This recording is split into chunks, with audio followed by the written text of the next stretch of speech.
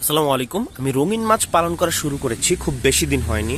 এর মধ্যেই আমি রেটেল প্লাটিনাম এলিফ্যান্ট ইয়ার নামের যে মাছটি আছে, এই যে দেখতে পাচ্ছেন, এটার ইয়ার কিন্তু অনেক বড়, সাইডে বড় দেখতে পাচ্ছেন নড়তেছে।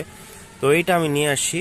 আর এটার হলো ফিমেলটা হলো এই যে এটাও খুব বেশি লোডেড ছিল না, বাট আজকে হঠাৎ করে সকালে এসে দেখি সারপ্রাইজিংলি এইখানে ওরা বাচ্চা দিয়ে দিছে। এগুলোকে কিন্তু ফ্রাই বলে। আর এই যে একটু বড় বড় দেখতে পাচ্ছেন, ওদের আমি আলাদা করে কিনে আনছিলাম। ওদের 11টা আমি কিনে আনছিলাম, প্রায় 12-13 টাকা কোনো পিস নিছিল।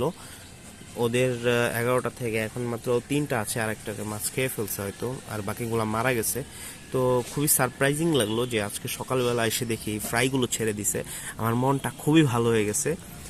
মানে একদম কি বলবো, খুবই ভালো লাগতেছে যে হঠাৎ করে এই মাছগুলো আনএক্সপেক্টেডলি আপনার এই ফ্রাইগুলো মানে বাচ্চাগুলো ছেড়ে দিছে। সবাই এই বাচ্চাগুলোর জন্য দোয়া করবেন যাতে করে সার্ভাইভ করতে পারে।